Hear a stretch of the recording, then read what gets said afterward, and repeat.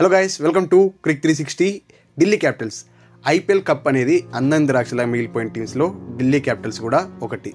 కాకపోతే ఎప్పుడైతే వాళ్ళు ఢిల్లీ క్యాపిటల్స్గా నేమ్ చేంజ్ చేసుకొని ఢిల్లీ డేర్ డెవిల్స్ నుంచి శ్రేయస్ అయ్యర్ క్యాప్టెన్సీ ఇవ్వడం, ఆ తర్వాత వచ్చేసి ఇండియన్ అప్కమింగ్ యంగ్స్టర్స్ మీద బాగా ఎక్కువ ఇన్వెస్ట్ చేయడం, వాళ్ళు పర్ఫామ్ చేయడంతో ఆ టీం అయితే కొన్ని రోజుల పాటు చాలా ప్రామిసింగ్గానే కనిపించింది. కాకపోతే ఉన్నట్టుండి 2023 ఐపీఎల్ గాను ఢిల్లీ క్యాపిటల్స్ మేనేజ్మెంట్ వాళ్ళ పందానే చేంజ్ చేసుకొని ఎక్కువగా ఫారినర్స్ మీద డిపెండ్ అవ్వడం స్టార్ట్ చేయడంతో వాళ్ళకైతే అడ్వర్స్ రిజల్ట్స్ వచ్చాయన్నమాట.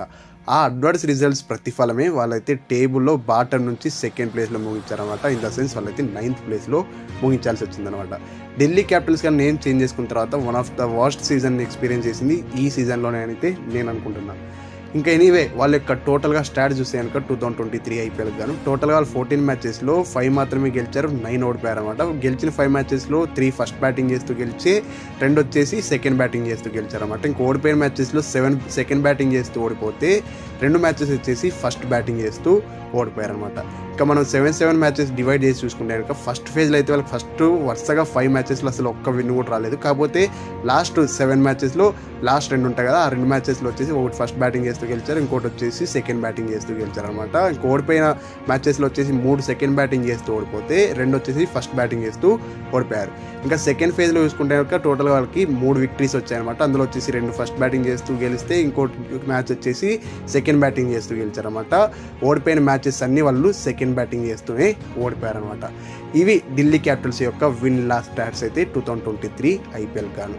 ఇంకా వాళ్ళకి ప్రాబ్లమ్స్ ఎక్కడ వచ్చాయి, తర్వాత దానికి సొల్యూషన్స్ ఏంటి తెలుసుకునే ముందు ఖచ్చితంగా మేము పెట్టే ఎఫర్ట్స్ మీకు నచ్చితే కనుక ఈ వీడియో మీద ఖచ్చితంగా ఛానల్ని సబ్స్క్రైబ్ చేసుకొని ఈ వీడియోని లైక్ చేసి ఖచ్చితంగా మన ఫ్రెండ్స్ కూడా షేర్ చేయండి. ఎందుకంటే వేరే వాళ్ళకి షేర్ చేస్తే మనకి ఇంకా ఎంగేజింగ్ వస్తుంది. మీ అభిప్రాయాలను కూడా ఖచ్చితంగా కామెంట్లో అయితే పంచుకోండి.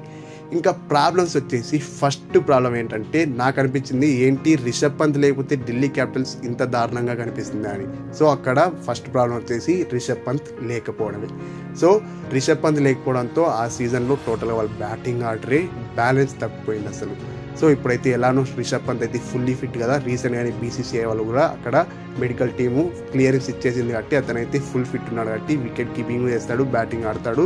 అందులోని క్యాప్టెన్సీ కూడా ఇప్పుడు ఢిల్లీ క్యాపిటల్స్కి పంతే రాబోతున్నాడు కాబట్టి సో ఈ ప్రాబ్లం అయితే సార్ట్ అవుట్ అయిపోయినట్టే అనమాట. ఇంకా పులి వచ్చేస్తుందని చెప్పాలి. ఇంక ఇంపాక్ట్ ప్లేయర్ రూపంలో కూడా ఎక్స్ట్రా వికెట్ కీపర్ బ్యాటర్ని అయితే ఆడించుకోవాల్సిన అవసరం ఉండదు. వాళ్ళైతే వేరే డైమెన్షన్ ఉన్న ప్లేయర్ని అయితే ఆడించుకునే అవకాశం ఉంటుంది. ఇంకా సెకండ్ ప్రాబ్లం వచ్చేసి ఢిల్లీ క్యాపిటల్స్ యొక్క బ్యాటింగ్ అని చెప్పచ్చు. అక్కడ టాప్ ఆర్డర్లో వచ్చేసి ఒక వార్నర్ ఒకటే పర్ఫామ్ చేస్తూ ఉంటే అది కూడా అన్యూజువల్ వార్నర్ అని చెప్పాలి. ఎందుకంటే అతనైతే లో స్ట్రైక్ రేట్ మెయింటైన్ చేస్తూ ఆ స్కోర్స్ అయితే చేశాడు అనమాట. దానికి కూడా రీజన్స్ అయితే లేకపోలేదు. ఫస్ట్ రీజన్ వచ్చేసి క్యాప్టెన్సీ ప్రెషర్, ఇంకోటి వచ్చేసి అదర్ బ్యాటర్స్ ఎవ్వరూ పర్ఫామ్ చేయలేదని చెప్పాలి. ఇంకా డౌన్ ద ఆర్డర్లో వచ్చేసి అక్షర్ పటేల్ అతనుకున్న లిమిటేషన్స్తో అతనే పర్ఫామ్ చేశాడు విత్ ద బ్యాట్. సో వీళ్ళిద్దరు తప్పించేస్తే అక్కడక్కడ అడపదడప వేరే ప్లేయర్స్ అయితే ఆడారు కానీ ఫిలిప్స్ సాల్ట్ తర్వాత రాయల్ టు ఒక మ్యాచ్ అలా.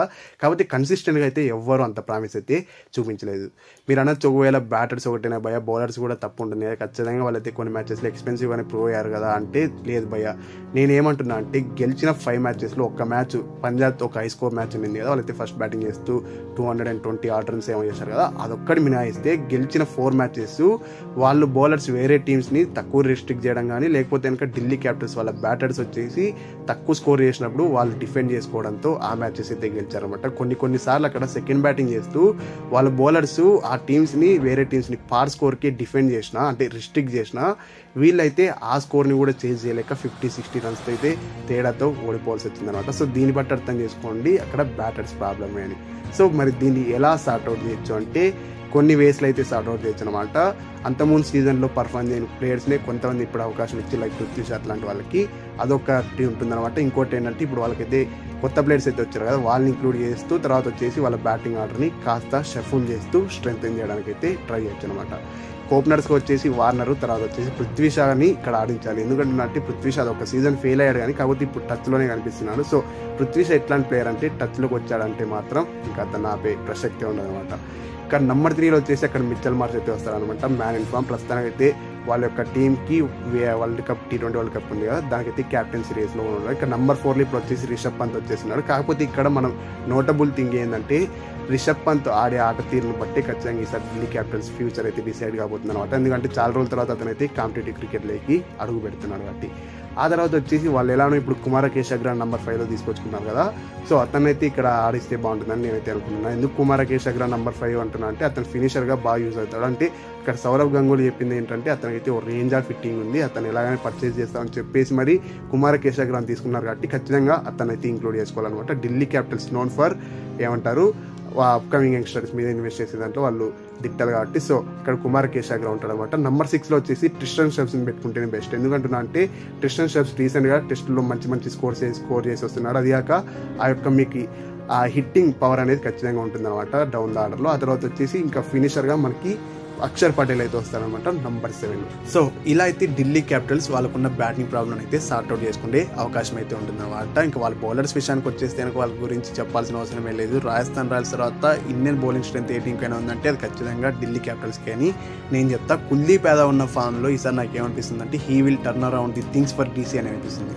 మరి మీకు let me know in the comment section. ఇంకా ఢిల్లీ క్యాపిటల్స్ ప్లేయర్స్ అవైలబిలిటీ విషయానికి వచ్చేసి ఇద్దరు ఫారినర్స్ అయితే టోటల్ ఐపీఎల్ 2024 దూరంగా పోతున్న విషయం మనందరికీ తెలిసిందే. హ్యారీ బ్రూక్ అయితే తన పర్సనల్ రీజన్స్ వల్ల విత్ డ్రా చేసుకున్న విషయం తెలిసిందే. మేము వీడియో రికార్డ్ చేసేటప్పటికి అతనికి అయితే రీప్లేస్మెంట్ అయితే ప్రకటించలేదు కానీ కాకపోతే లుంగి ఎంగిడి అయితే అతనైతే ఇంజరీ వల్ల అయితే 2024 ఐపీఎల్ కానీ దూరంగా పోతున్నాడు టోటల్గా. సో అతని ప్లేస్లో వచ్చేసి ఆస్ట్రేలియన్ ఆల్రౌండర్ అయిన జేక్ ఫ్రేజర్ మోగ్జన్ అయితే తీసుకున్నారు అనమాట.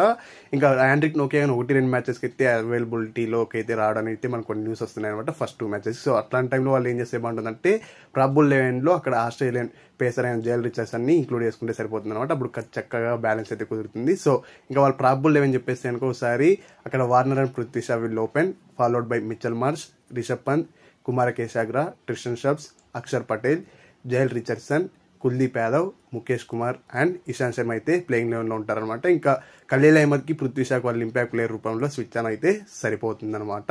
సో ఇది ఢిల్లీ క్యాపిటల్స్ యొక్క టీమ్ అనాలిసిస్. నెక్స్ట్ వీడియోలో ఇంకొక టీం మీద అనాలిసిస్తో కలుసుకుందాం. అందరికీ సెలవు. Thank you so much for watching this video.